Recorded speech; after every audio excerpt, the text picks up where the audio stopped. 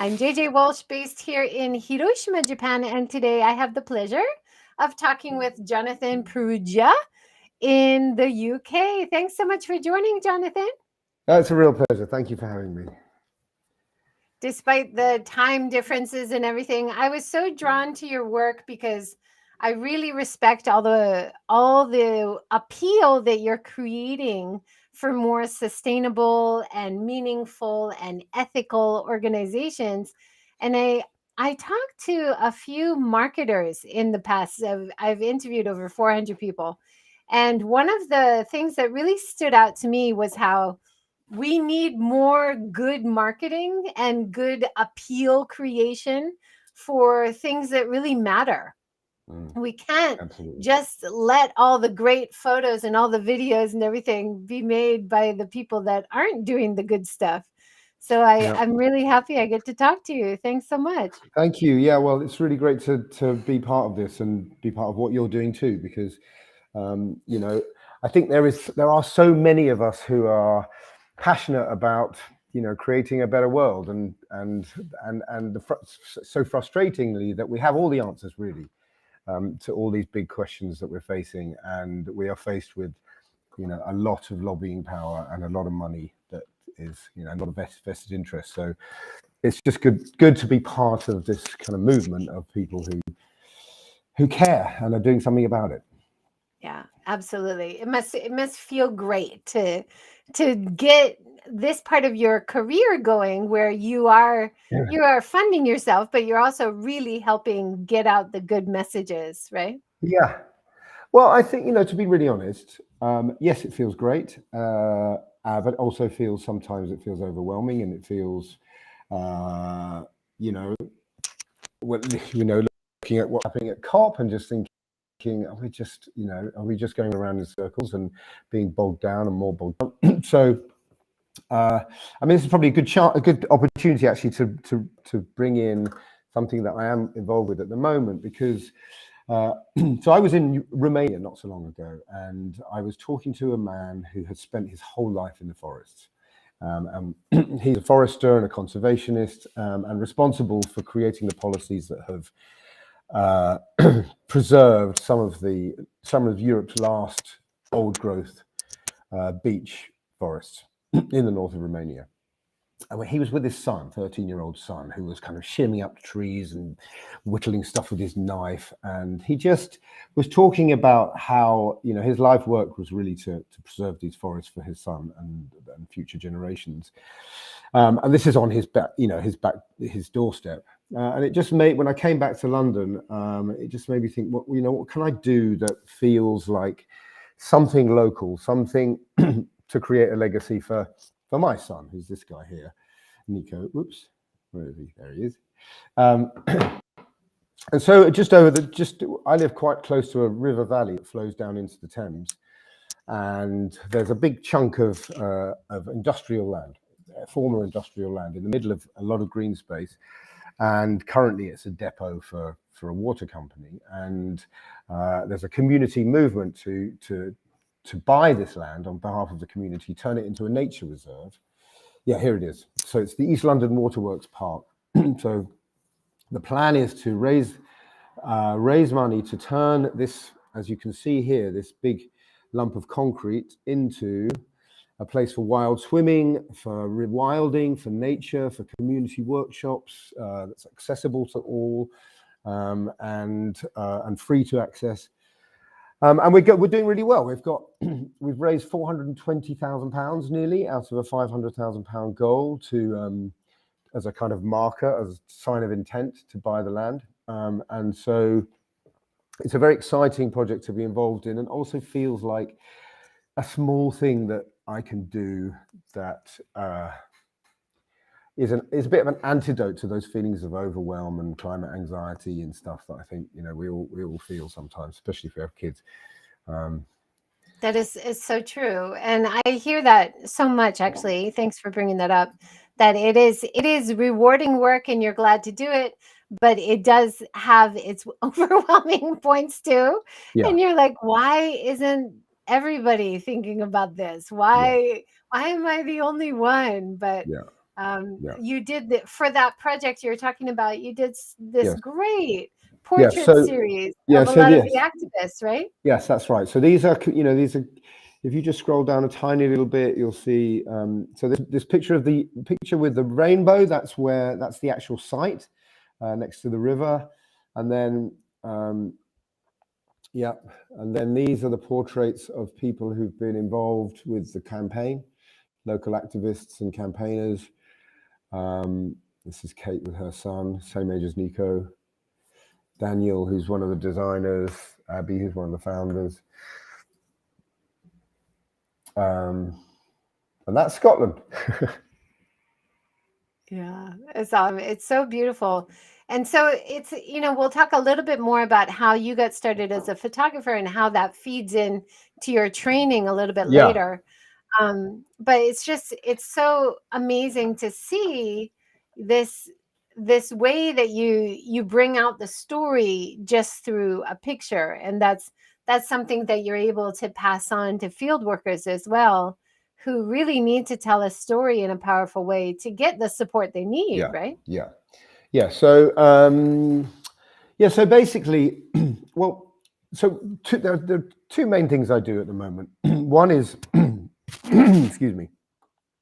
One is what I've been doing for 30 years, which is making pictures and films that I kind of they mostly have a documentary feel to them. They're not necessarily always strictly documentary, but it's usually, it's not really studio based. It's about kind of telling stories about the work that organizations are doing, about the people in those organizations.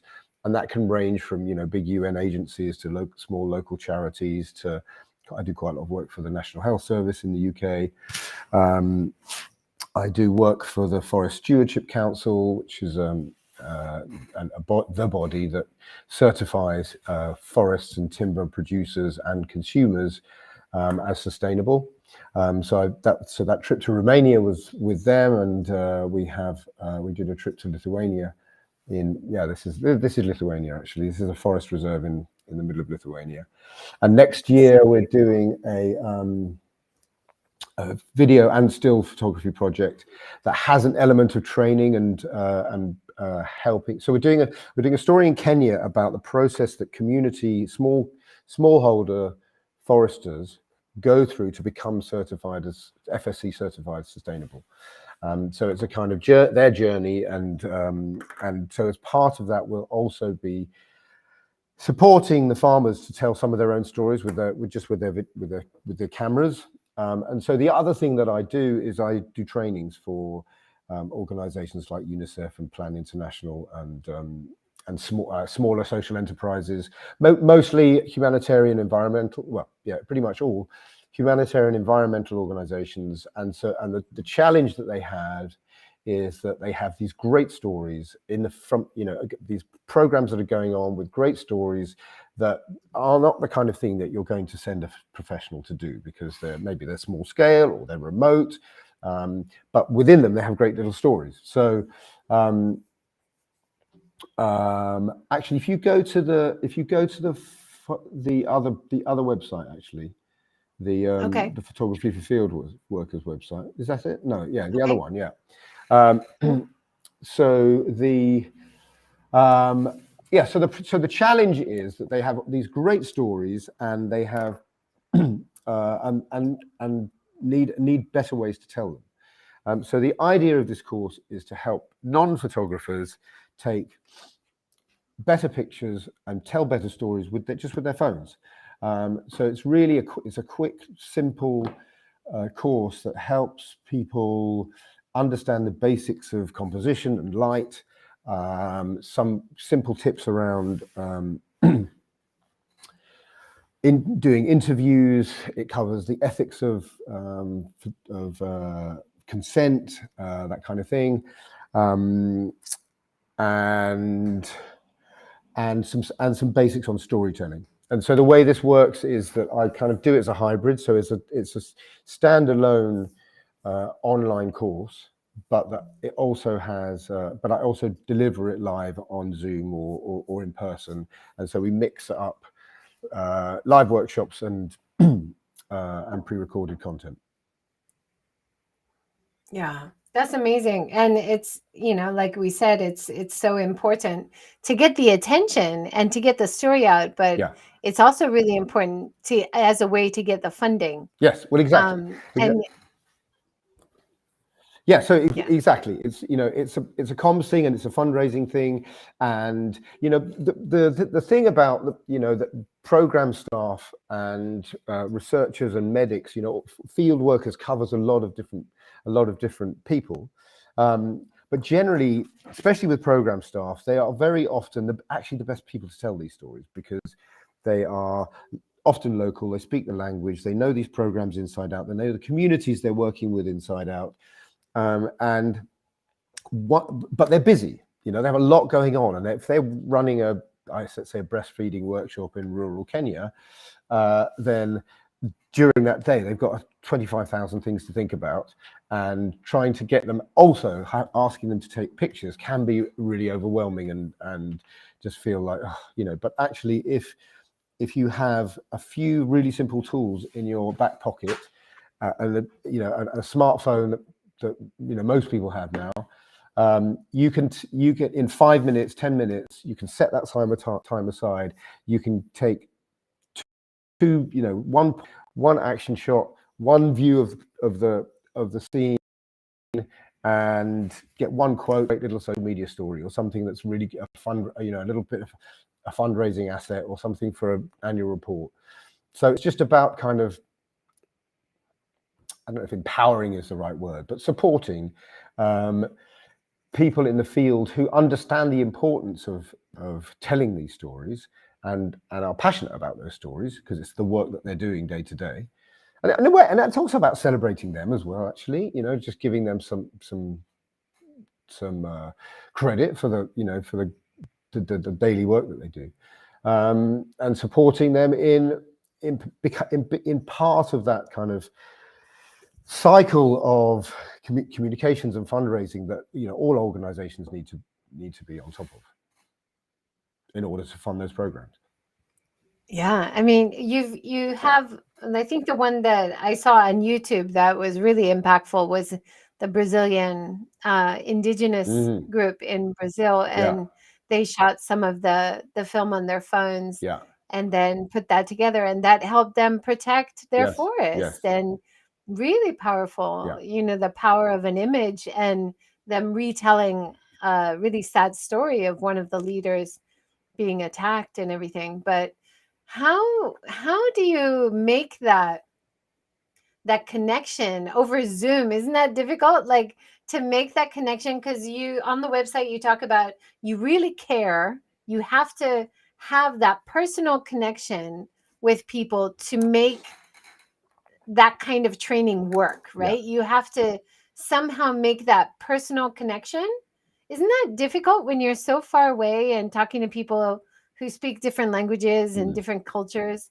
Do you have strategies for how to well, bridge the gap? it is, yes, it's not ideal. Obviously, we'd all like to be in the same room, but we are so used to now communicating like this, because we've had 2 years of having to do it during the pandemic, that it's very, very possible to create a vibe over Zoom, to use. I base it a lot on photographs. So I I ask people to talk about photographs, and for example, recently I did a quick workshop for an organization called Just a Drop, who work with health and sanitation and women's rights in the global south. And so I went to their Instagram and I took 10 pictures, some of which people in the virtual room had taken. And then I say, well, what can you see? How is this picture working or not working? How could it be improved? And so people are very visually literate these days. We're all taking pictures. We're all consuming photography, on a daily basis, lots of us. And we're also used to pictures taken with phones now. They have a kind of an authenticity and a rawness that we're used to, and that kind of feel can feel right, especially for something like Instagram. So that is a way in for people to start talking about is to realize that they know more than they would think they know. To realize that, oh, actually, yes, I can read this image, and therefore I can take images like this, or I can improve my photography actually quite quickly and quite simply. So that's one of the ways I do it is to kind of make it very, very accessible and personal to them and to that organization. And then I also do a lot of one-to-ones. So we'll do a group workshop, and then so let's say we do a 6-week program, and we'll have three Zoom calls. They'll use some of the pre-recorded content, then they'll do some practical work. We use WhatsApp to share the work, and then there's a bit of interaction, engagement within the group, and then also I'll have one-to-one conversations with people as the course goes on. So yesterday I'm just wrapping up a pilot with Plan International. I did a session with Conrad in Zimbabwe yesterday, and it was great because he was showing me pictures that he'd taken of livelihood programs, of a funeral that he'd been to, stuff about his family, and it's a really great way to help people kind of put into practice the theoretical stuff, is to look, to show somebody, okay, you see this image, can you see this is 11 o'clock in Zimbabwe, the sun's quite high, but this one you're taking it's in the shade, and look how different the light is. Look how, there's bags under the eyes here because the sun's so strong, and there's shadows in their eyes. But this one where they're in the shade, you see the light is quite soft. So the course is about, it's the simplicity of so it's really about making simple the basics of composition to start with. So things like light, things like space and symmetry, but all with the fundamental question: what is my story? So if you have to start with the story, and then you think about what you need to be in your frame, and then the next question is, what's in this frame, and is it helping me to tell my story? So if the lighting is, if somebody's squinting, or there's a kid jumping around in the background, or there's a fire extinguisher, or there's a big window behind them, and they're silhouetted, or or you've slightly mistimed it and they're making a funny face, or their eyes are closed, or they're two people and they're, if they're really engaged because you've hit it at the right time, or they look really bored because you've hit it at the wrong time. So it's about helping people understand light, timing, basics of composition. So they've got a little toolbox that when they're in the field, they've got a little toolbox, and they've also got 2 or 3 or 4 simple shots that they need to get: portrait, general view, a doing shot, a documentary style shot, and then details. And then that kind of takes us into the ethics of consent, of representation, of things like, if you're working with vulnerable people, how do you tell their story without identifying them? Okay, what kind of ways can we use to do that? Thinking about the process of informed consent. How does that work? What do you need to do? How can we work around situations when it's not possible, etc. Yeah, there's a lot there. There's a lot there, yeah. To go through, and a lot of the courses, you say you can train people up to a decent level in 4 to 6 hours. Is that what usually happens, or do you need longer to get them to learn and then go and try it and then come back, kind of thing? Yes, I mean, in 4 to 6 hours they can do the course. Okay, and within the course, there's everything they need to know. Does it always go straight in? No. It's with all learning, it's a process of what often happens is people they'll do a lesson, they think, oh, they've got it, then they'll go out and try it, and then they'll come back and go, hang on a second, this happened and it didn't work, and why not? And also there's a lot of stuff around. It's very interesting because the mood amongst most NGOs, most humanitarian organizations, is very, very ethically aware and sensitive.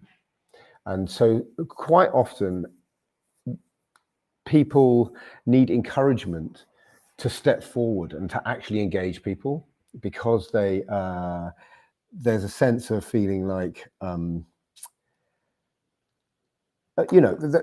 rightly that the feeling of the wanting to protect people's dignity and do right by them is rightly really important. But actually, sometimes, very often in humanity, for example, in a humanitarian environment, emergency situation, people really want to tell their story. And so it's about encouraging. So there's a whole thing in photography. That's what I'm getting to. There's a whole thing about, like, will people mind?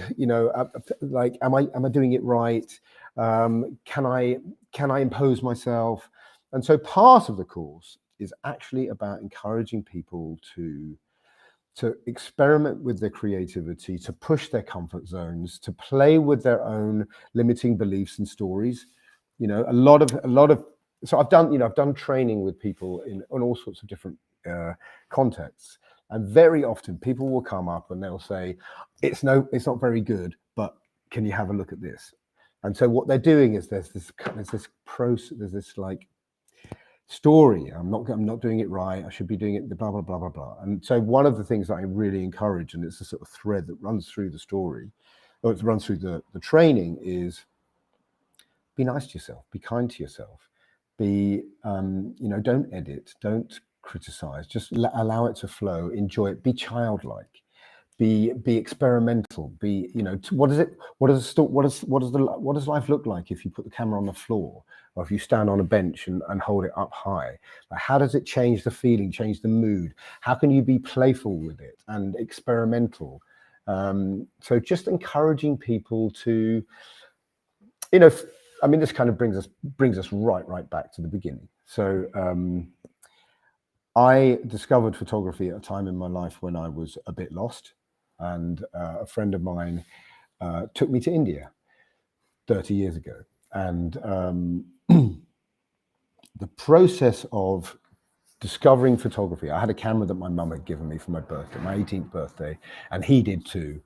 And we took these rolls of Kodachrome, and I fell in love with photography, but I also fell in love with yoga, and we spent only a few days in an ashram, and the combination of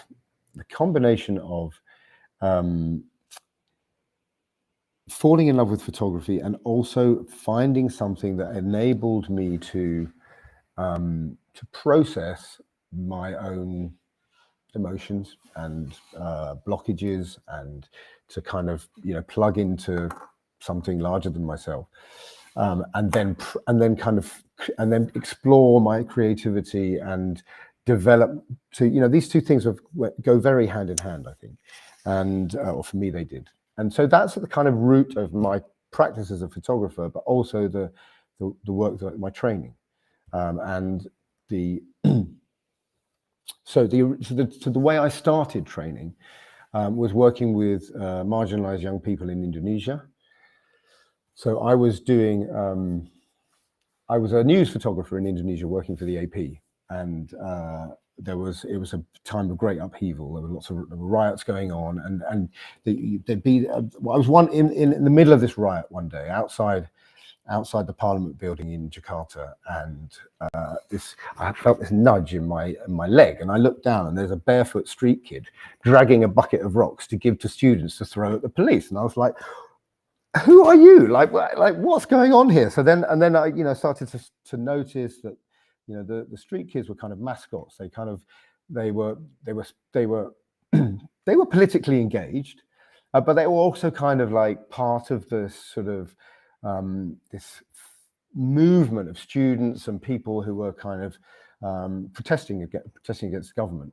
And so they'd hang out with the students, and they'd get fed, and they'd get, run errands and earn money and all that kind of thing. So I started thinking, well, what would it be like if they had a camera?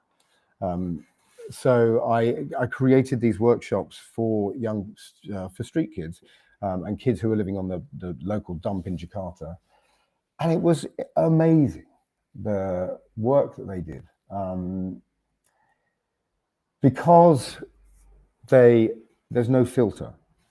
So once they got the basics of photography, and this is another sort of key point about this whole thing, is that actually anybody can do it, pretty much.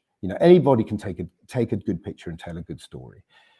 If they're talking about something that's meaningful to them, they can do it. So with these young people, we're just like, what are the stories that are important to you? And so for some of it will be, this is me playing football with my friends.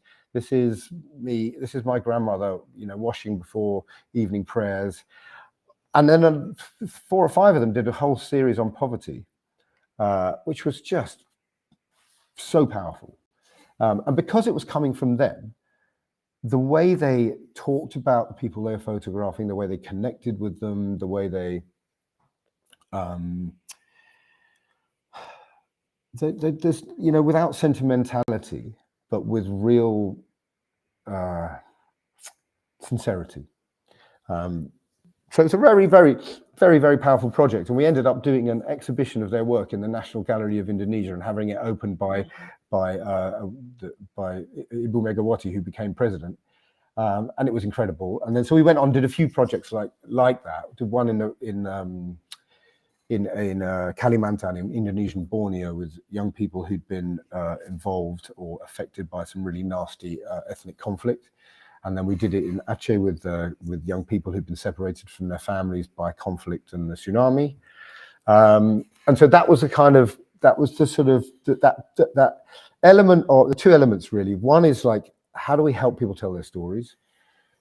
Help, I don't know if help's the right word, but how do we how do we hand over the tools for people to tell their own stories, and how do we support them doing that, and then also the kind of element of personal development, of creativity, of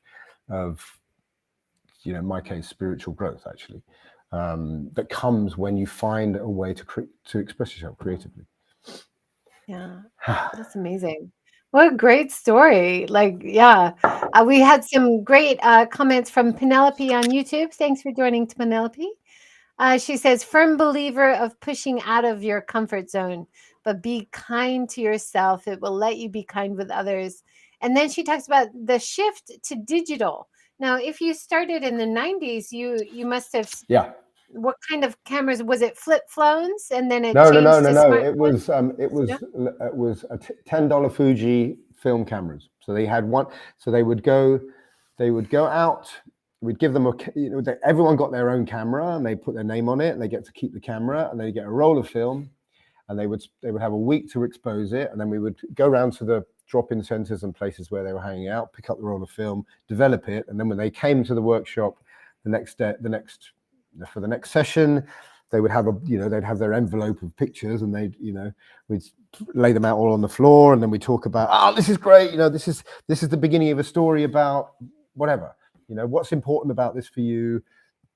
And we do lots of silly games, running around in the classroom and playing silly games, and kind of helping them to create a space where their voices are important, because for a lot of their lives, they're at best they're ignored. So just to be in a space where this is your space. What do you want to do? What do you want to say? What's important to you? What kind of stories, pictures do you want to take? And it worked really well actually on film, because then you've got these the actual physical prints to look at. But with digital now, I mean, the beauty of it is, and I don't do it so much with young people these days. Although I do work, kind of more social. I do in-person workshops with recovering addicts and kind of some local arts organisations around where I live in Hackney in East London. But everyone's got a phone, and most everybody knows how to use it. So there's the barrier is very low, and so it's a different process. Also you can see it immediately. You can immediately see the image and you can share it. So that gives it it's a great way to learn, because you can see immediately, oh right, actually I've got that, I just need to come a bit closer, or there's I didn't notice that lamppost in the background, or there's something coming out of the head, all I need to do is move.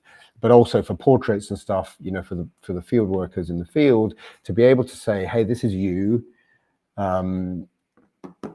that you look great, can you just move a little bit here, can you see that, it's just a way to engage people and to make the process a little bit less intimidating. Yeah. That transition must have been amazing, but in some ways it made it more difficult, I'm sure, moving away from print onto digital, and in other ways like overwhelming, because you can do a lot more, but there's kind of too much you can do in that way.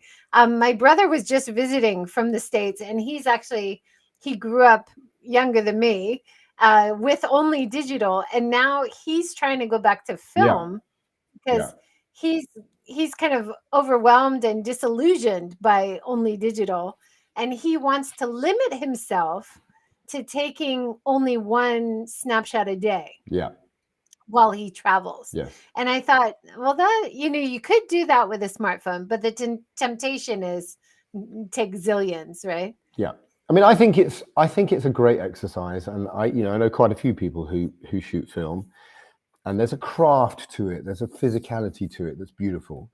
But I have to say, for me, I love digital. For me, the shift to digital was like, because I used to do travel photography, travel and documentary photography, where the light's changing all the time, you're going inside and outside, and and I was changing, and I was having to like roll back the film and put it back in the canister and then put it back in the camera and cover the lens, and it was really, so to be able to just change the ISO, change the white balance and get cracking is huge of a huge benefit. And also it's a bit more forgiving, and I think especially I think there's an element of, for me, is about that is about like the story's the important thing, and the technical parts of photography are really important, don't get me wrong, but there's a democratization that in digital and in phone photography, that yes, it means we're overwhelmed with images, and yes, there's all the negative things about social media that we know, and there's definitely a sort of cheapening of the medium, and definitely rates have gone down, that's for sure. But when it comes to giving people access, even if it's something like being able to show a contributor their picture and help them feel more relaxed, or helping people tell their own stories with their phones, for me, I think that's a huge benefit. Yeah, that would put people at ease, definitely, if you can show them and say, is this okay? Or can we do a little bit different angle? They have more trust for you if they can see it right away, right? Yeah. And that kind of like, I think also when people, for the training thing, when people are learning, you want to get them like, you want to get them as quickly as possible to, oh, this is fun, rather than shutter speeds and apertures and exposures. And that's why the point and shoot Fuji cameras were brilliant, because there's no technical stuff to worry about. The flash is on or it's off, and you click the shutter. That's it. And obviously, it means some of the pictures are too dark and some of the pictures are overexposed. But it's simple. And that's the great thing about film, is you can very quickly get people to be lying on the floor and getting really close and photographing, you know. I mean, maybe in a minute we can do a little visual exercise meditation thing. So just to kind of give you a kind of flavor of how it works, but it's about like helping people kind of just open their eyes to what's around them. And the phone, because there's no barrier, the phone's a great way to do that.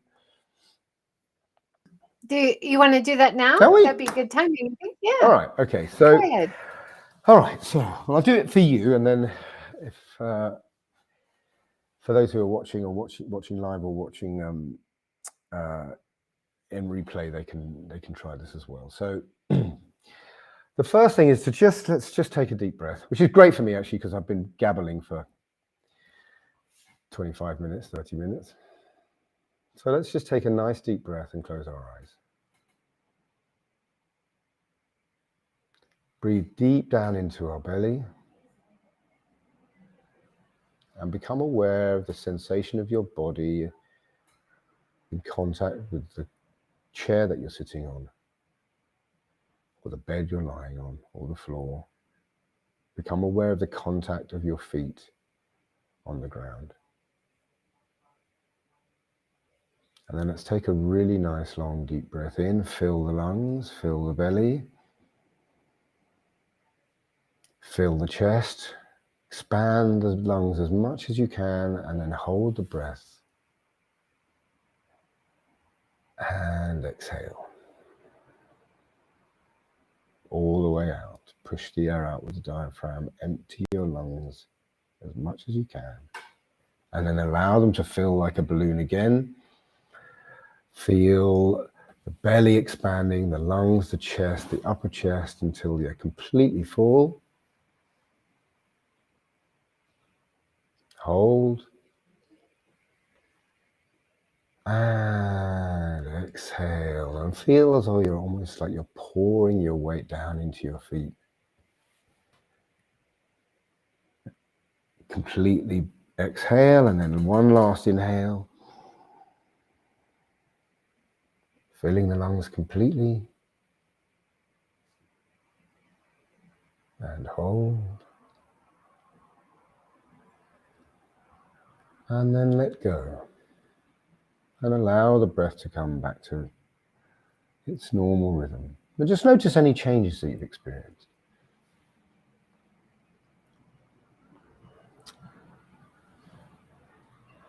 And then in a minute, actually now, just with your eyes closed, just look around. Just come into contact with your sense of sight. And so you might see the red of your eyelids, you might have a window or a light and see some brightness, and just kind of notice that. Yeah, you might see floaters on your eyelids, if I can. So just become really present with your sense of sight.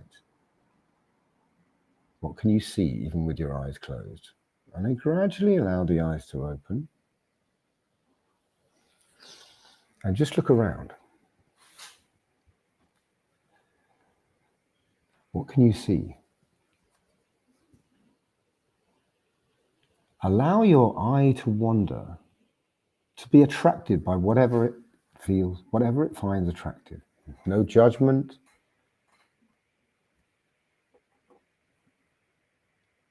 No editing. No self-criticism. Just notice. What shapes do you see? What colors do you see? You might see you're probably sitting in a very familiar space. And maybe there are things that you haven't seen before, or noticed before, or patterns, colors, shapes. And this is a really, really simple exercise that you can do at any time. That is a way to just drop into being really present. And that is a very powerful state to be in, because it's a state that all our creativity comes from. A state that where we're really in touch with ourselves, with our emotions. And there, it may be that as you're doing this, emotions come up, thoughts come up. That's fine. This is not about being completely focused. It's about allowing what comes up and bringing ourselves back to mindful focus whenever we notice that we've lost our thread. So try it next time you're bored, or you're on a train, or you're at a bus stop, or you're waiting at the beginning of a meeting and you're about to open your phone. Just stop, take a couple of breaths, and look around and be present.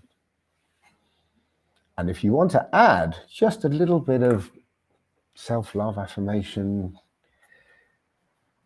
a little bit of gratitude, a bit of celebration, it's a couple of things you've done this week that deserve celebration. Even things like, I got out of bed, I had breakfast, I got the kids to school, be kind. And this is okay. So we can come back to the chat now, but this is, this is sort of like, it's how can I say it? It's like this sort of the spiritual core of the training, and it's subtle. It's not, obviously I'm not kind of trying to get stressed out NGO workers to do spiritual exercises on a photography training, but that what I was saying before, that really that kind of self-care, self-nurturing, self-compassion that that then radiates. And this kind of brings us all the way back to what we were saying before, but that kind of like how we show up in the world, the things that are important, how we campaign for things, how we connect to people. It's all ultimately about how we connect to ourselves. I think that's so important. I think even when you're doing good, you're working for a nonprofit, that you're doing the right work, you're helping people, but it's hard to focus on things besides your list, just like any other kind of job, right? Yeah. I got to get these things done. I got to go take some photos. We got to put it up on social media. It becomes all busy work. Yeah. And you lose that connection, like you were saying. Take a moment, Mm-hmm. Open your eyes, think about it. Just look for what you didn't notice before. Yeah. Be mindful. Yeah.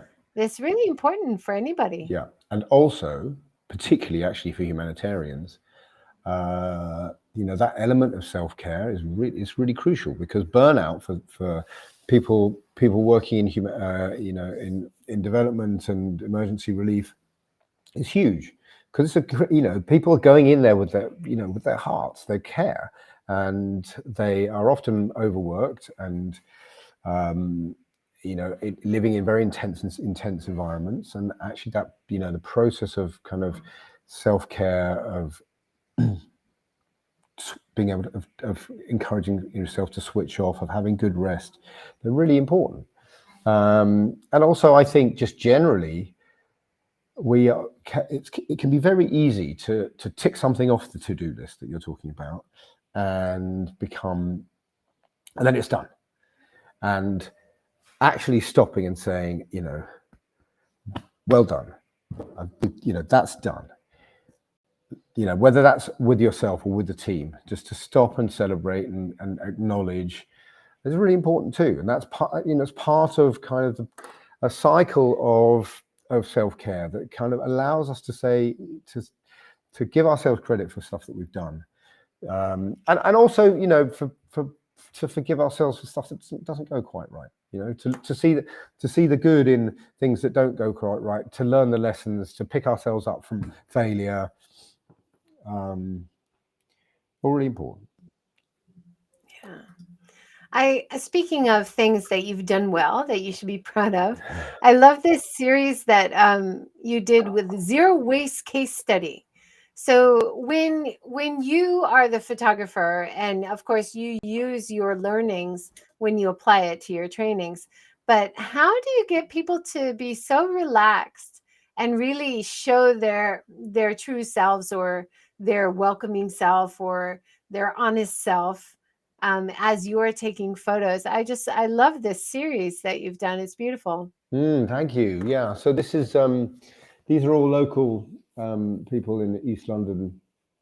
Actually not all in East London, but people who are upcycling, recycling. The original picture at the top is an amazing woman called Natalie Fay, who is an activist and a musician, a singer, and she wrote this brilliant book, How to Save the World for Free.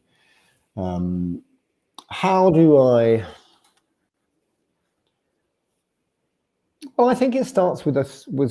I think it starts with sincerity, actually, with kind of like, your story is really important, and I really want to help you tell it. So this is, I've forgotten her name. Anyway, she, this is her house, and she's creating all this beautiful stuff that that she sells in markets. This is a workshop where people are learning how to create mini little gardens, and these are recycling and upcycling for sort of like Christmas market kind of thing. So you can see kind of there's a sort of different visual elements. So details, portraits, pictures of people interacting. This is essentially what I teach on the course. There's another really nice story actually on the site, which is renewables on the Humber. If you go back one to the case studies. Okay. So if you go up to the top, there, International Institute for Sustainable Development, just below there, yeah, on the left. Okay. So this is a great story. This is so on the east coast of the UK. There is this is actually a video, so I don't know if we can show that now, but I'll just give you the background. On the east coast of the UK is historically on the North Sea and going up into the North Sea is historically a fishing area and oil and gas. So it's where all the North Sea oil is, where Norway's oil fields are, and where the UK and Scotland's oil fields are. Oh, hang on, yeah, great. Just pause it for a second. I'll give you the actually. Or you can just play it. Actually, it's only 3 minutes, I think. It's got all the context there. Should I play it and you can talk through, and we'll just listen to you? If you go full screen, then we'll see all the images. All right. Yeah, it's an incredible story. The essential piece is that this is an area that's been deeply into coal and fossil fuels, and is undergoing a transformation towards renewables. And people who were who've been working historically. So this is a pub that it's called the Whalebone Inn. So it was originally a fishing pub, and then it was an oil and gas pub. And then these are wind turbines that are being built in a Siemens factory on the old coal dock in Hull. So the skills that people learned. So that's the Humber estuary, and this is the coal dock. So these are wind turbines, and then so this is about the people, some of the people involved, and how. So this guy's forefathers were employed in the coal industry. So how kind of people are shifting towards renewables in terms of like reusing their skills. So this guy. Those are wind turbines. The what do you call them? Wind turbines. Yeah, yes. I don't know. Whatever the blade. Yeah. The blade. There we go. The blades. Yes. Yeah, it's amazing that they were able to like reuse a lot of the original facilities, but make it for a product that's sustainable and for the future. It's just a fantastic project. Yeah. And so it's part of a whole kind of repurposing of skills, people, So this is a farmer who put up a wind turbine. He bet the farm literally on this wind turbine, and it turned out to be the to secure the family's future. This is the last drop of oil that came out of Northwest Hutton oil field, and so Jerry was he spent 30 years in oil and gas, and now he's advising on the largest wind farm in Europe, offshore wind farm. This is Jerry with his granddaughter. Such a beautiful story. And so, of course, because you've done these projects yourself, you understand how to do an arc of a story with photographs and videos. That helps you inform and support the people doing nonprofit work around the world, I'd imagine. Yeah. So I've been doing this for 30 plus years now. So and with lots of different kinds of experience that all kind of work together. So the travel photography I did was very much about being very, very light on my feet and being very adaptable. And then I did all this news and documentary stuff and stuff with the NGOs and big humanitarian organizations. And then I've done quite a lot of commercial work as well. So that helps me kind of understand there's always a commercial element to everything. Well, not everything, but a lot of, fundraising is essentially a commercial thing. It has a commercial element to it. So it's useful to be able to understand the different angles that people work from. Yeah. So it's so important to have the really good visual representation for people doing good, for the environment and for other people. It's amazing. Yeah. Is there anything we haven't touched on yet that you wanted to talk about? Oh, actually, I suppose what we could do is the last little bit. I've kind of covered these already, but it's probably worth recapping a few key tips. If you have a project that you need to tell some stories about, here are some key tips. So the first thing is just is very much related to what we've just done with the meditation, which is really be present, and really look and see and be observant and connect. When you arrive in a place, look around, like walk around the whole room or the whole site. Just really see all the angles before you start. Don't edit or criticize yourself while you're shooting. Just allow it to flow.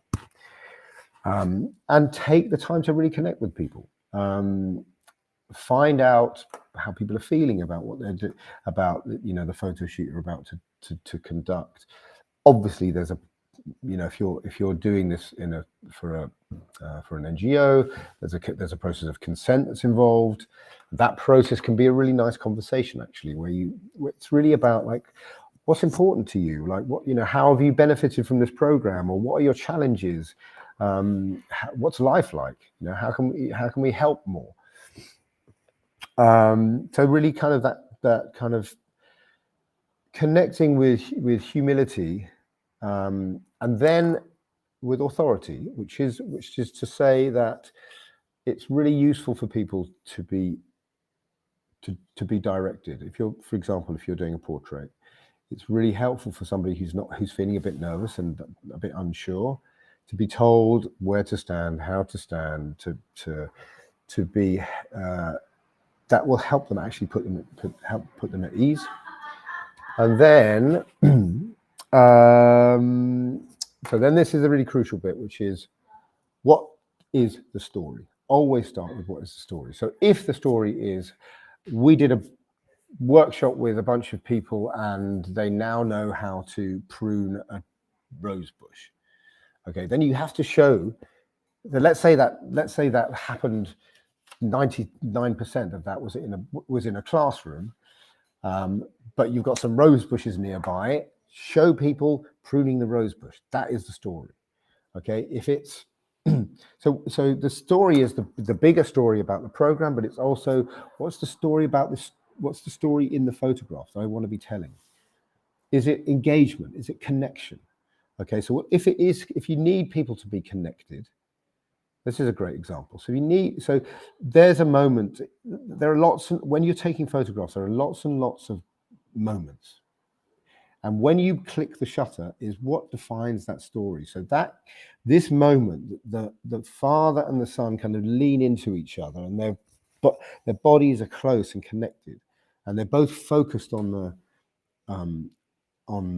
writing, on his homework, and the grandfather is in the background, like looking at them, and there's all sorts going on, and there's a very complicated relationship going on with this family, but that's beside the point. But yeah, so it's really about, if you need connection, then you need to hit the shutter when people are looking connected. And if you watch people, then you'll see that as they're talking, there'll be times when they look like they're completely zoned out because they're looking up at the ceiling, or they scratch their nose or whatever. So it's the key part about thinking about the story is it helps you understand the kind of image that you need to take. And the last little tip I would say is about the light. Follow the light. Allow the light to guide you. So this